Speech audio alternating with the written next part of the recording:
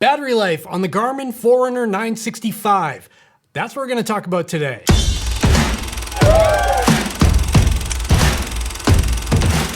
Hey there, welcome back to the channel. I'm Dave from Chase to Summit, and this is the Garmin Forerunner 965.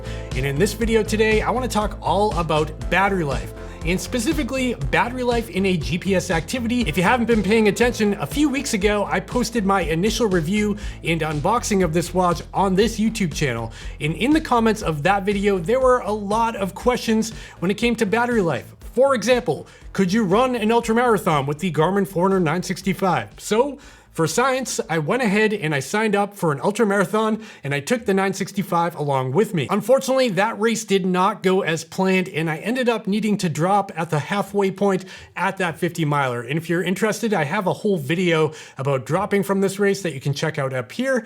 For now, we're gonna focus on the watch. However, I was still out there for over 6 hours. And during that time, I got to use this watch and collect a bunch of data about the battery consumption in the settings I was using. And on top of that ultramarathon, I've also taken the 965 out on a number of different activities while also adjusting the settings to see what settings have the biggest impact on battery life and what configurations provide the best balance between performance and battery life as well. As a quick note, this video mainly applies to the Garmin Forerunner 965, but the settings and results that I got in this video will also apply to other models in the Garmin lineup, like the Garmin Epix Gen 2, the Epix Pro, and basically any watch with an OLED display. And on top of that, I'm gonna give you a quick spoiler. You're going to be pretty surprised by some of the results that I got from the Garmin Forerunner 965. With all of that out of the way, let's dive right in and talk about Garmin's battery specs.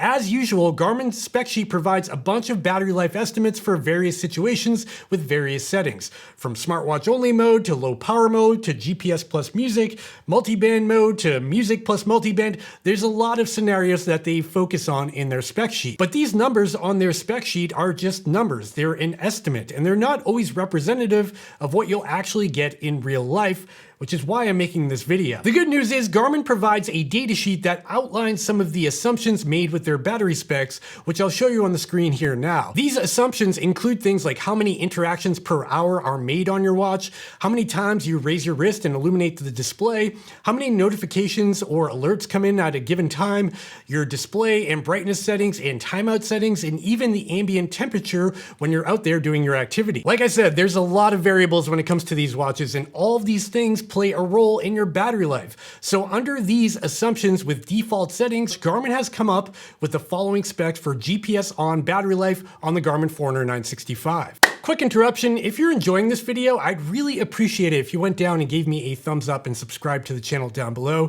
because that really helps me out. And while you're down there, check out the links in the description to my friends over at playbetter.com if you're interested on picking up a Garmin Forerunner 965 or basically any other GPS watch out there, because it's a great place to shop. Okay, back to the video. Now that we've talked about Garmin's assumptions and their specs, let's talk about my real life experience with the Garmin Forerunner 965.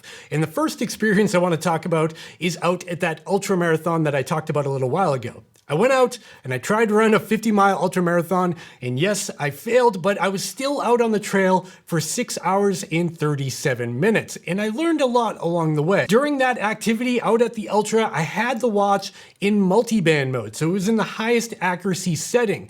On top of that, I had the always-on display turned on, so the display did not turn off during the length of this activity. And finally, I had the brightness set to 2/3 brightness in default timeout, which is 8 seconds. Given all of those settings and variables and being out on the trail for 6.5 hours, I started the activity at 100% charged, and I finished the activity at 64%. And that works out to a burn rate of 4.92% per hour. So if we do the math there and extrapolate things out, we could estimate a maximum battery life with these settings at 20.34 hours, which aligns pretty favorably to Garmin's claims of 19 hours in this mode. A couple of things to note here during this activity that I found kind of interesting. The first thing is during this activity, I was using navigation and mapping on the Forerunner 965. I had loaded the course into the watch and I was using the watch to navigate the course, which I thought took more battery life, but it turns out it didn't didn't really have a big impact during this test. The second thing to note, which is kind of a fun fact for this video, is that on my other wrist, I was actually wearing the Apple Watch Ultra at the same time as the 965. And during this activity, both watches lost the exact same amount of battery life. And we'll save that for a whole different video, but I did find that kind of interesting. So all in all, in multi-band mode, in my experience, I feel like their claims are pretty accurate. You can expect about 19 to 20 hours of use in the highest accuracy settings with always on display turned on. Let's move into example number 2 with different settings. During this run, I used GPS only mode. So that was the lesser accuracy setting, which is still pretty good. And on top of that, I had the always on display turned on. Again, it was at 2/3 brightness with the default timeout settings. So the only setting that was changed in this example is that my GPS mode was set to GPS only instead of multiband. And during that time, I burned 2.67% of my battery per hour. Doing some math there and extrapolating things out for an estimated battery life, we could expect up to 37.5 hours of use with these settings, which is substantially higher than Garmin's claims of 31 hours. A quick note about this example though is that I did not interact with the watch at all. The only thing I did was raise my wrist a few times to check my pace, but other than that, I wasn't using navigation, I didn't push any buttons, I wasn't scrolling through the screens or anything, so take that for what it's worth. Moving right along to the third example, and probably the most impressive in this video, is a 2-hour long run I did, again with different settings this time around.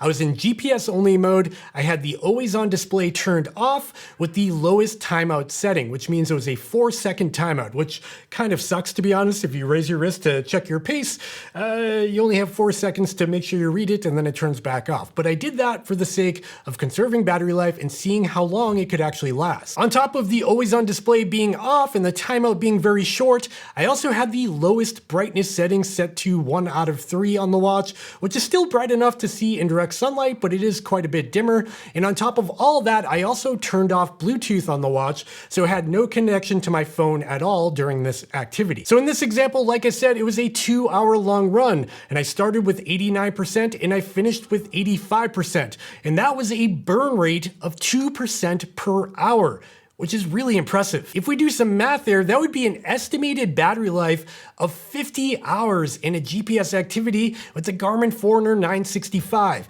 That is surprisingly longer battery life than Garmin advertises. So what does this all mean? Well, I think it just goes to show you that Garmin's battery specs and likely every other manufacturer's battery estimates are just that. Estimates. The actual battery life that you'll get out of your watch is really dependent on what you're doing with it and what your settings are. If you've got multi-band turned on with the highest brightness settings with the longest timeout and you're playing music, you're not going to get more than a few hours with any of these watches, including the Forerunner 965. However, with the right combination of settings, you can unlock really impressive battery life from the Forerunner 965 that would easily last for just about any activity, including a 100-mile ultramarathon. And now's the point in the video where I want to hear from you. Do you have a Forerunner 965 or a 955 or a 265 or an Epix Gen 2?